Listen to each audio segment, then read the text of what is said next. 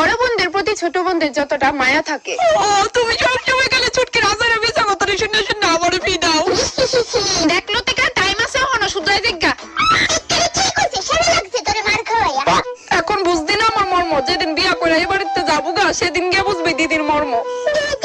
এখন ঢং করে লাভ নাই, আসলে যেদিন বিয়া করে যাবো গা তুই সেদিনে বুঝবি।